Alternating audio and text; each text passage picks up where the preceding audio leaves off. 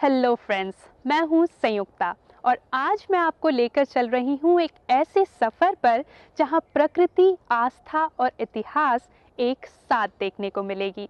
ये सफ़र लंबा ज़रूर है लेकिन बोरियत भरा बिल्कुल भी नहीं। तो आइए चलते हैं इन खूबसूरत नज़ारों के बीच। भोपाल आयुक्त का रायसेन जिला मध्य प्रदेश के मध्यवर्ती भाग भोपाल के उत्तर पूर्व में 40 किलोमीटर की दूरी पर स्थित है।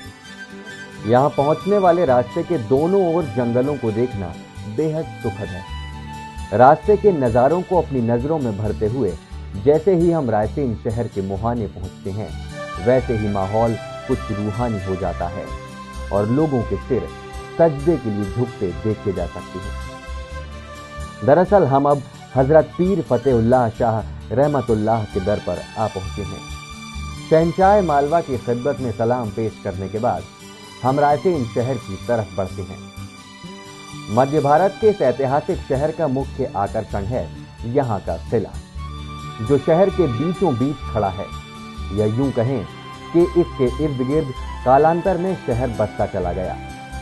यह किला रायसेन की ऐतिहासिक महत्ता का भी प्रतीक है, जिसे देखने के लिए दूर दूर से लोग यहाँ आते हैं। शहर का यह किला बलुआ पत्थर की चट्टान के बाहरी किनारे पर स्थित है। ऊंचाई पर स्थित इस किले पर पहुंचने के लिए कुछ रास्ता पैदल भी तय करना होता है, जिसके लिए सीढ़ियां बनाई गई हैं। पहाड़ी के ऊपर पहुंचते ही एकाएक हम छोटे हो जाते हैं, क्योंकि हमारे सामने होता है एक विशाल किला। अपने विशाल आकार और चट्टानी मजबूती के कारण यह किला हमेशा ही दुश्मनों के लिए दुर्जेय गढ़ रहा है। रायसेन और आसपास का विहंगम नजारा यहां से देखने को मिलता है। कहीं सड़क एक बारीक रेखा की तरह नजर आती है, तो कहीं जंगल का जंगल पेड़ों के झुरमुट की तरह नजर आता है।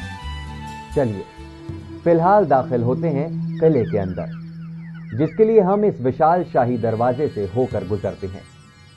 किले में इस तरह के कुल 9 दरवाजे और 13 बुर्ज हैं। ये देखिए, किले का यह बुर्ज वाकई बहुत विशाल एवं भव्य है। यहाँ की छत पर खूबसूरत नक्काशी की गई है। न सिर्फ अंदरूनी छत, बल्कि देखिए इन बाहरी दीवारों पर भी पुरकशिश नक्काशीदार काम किया गया है।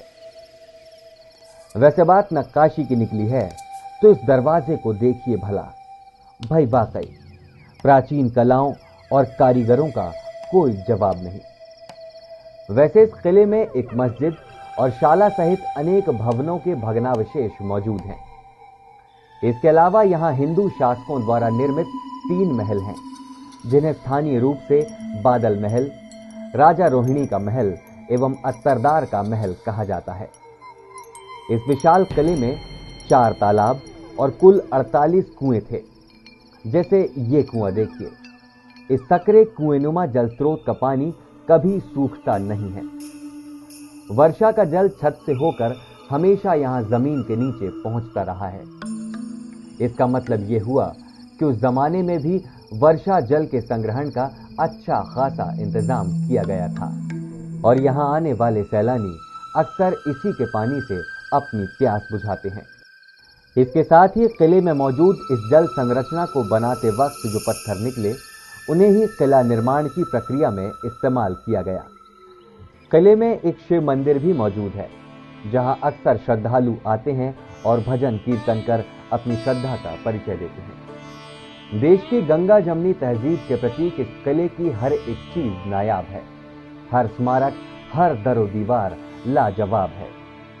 किले की ऊपरी मंजिल में बने उन दरीचों को देखिए, जहां बैठकर कभी रजवाड़े के लोग मौसम का मजा लेते होंगे, तो कभी इन दरीचों को दुश्मन पर नजर रखने के लिए इस्तेमाल किया जाता रहा होगा। वैसे आज भले ही किले का कुछ हिस्सा जीर्ण शीर्ण हो गया है, पर आज ये खंडर नुमा इमारत अपने वैभवशाली इतिहास का एहसास तो कराती ही है। किले के ऊपर से देखने पर ये खेत बिल्कुल किसी शतरंज की बिसात की तरह नजर आते हैं। हम बढ़ते हैं आगे। ये लीजिए, हम पहुंच गए यहाँ के गेस्ट हाउस, जहां आराम फरमाने के बाद हम अपनी अगली मंजिल की तरफ बढ़ेंगे। लजीज खाने का लुत्फ उठाने के बाद हम रुख कर रहे हैं गढ़ी स्थित किले का, जो यहां से चंद कदमों के फासले पर स्थित है। यह प्राचीन किला हिजरी सन 1148 में बनाया गया था। इस किले के खंडित बुर्ज और टूटी फूटी दीवारें आज भी यह एहसास कराती हैं कि कभी इसकी शान निराली रही होगी। बड़े दुख की बात है कि पुराने समय में भव्यता का प्रतीक रहा यह किला आज इस कदर दुर्दशा का शिकार है। और तो और पिछले 4 सालों से इसके प्रांगण में लगातार निर्माण कार्य किया जा रहा है।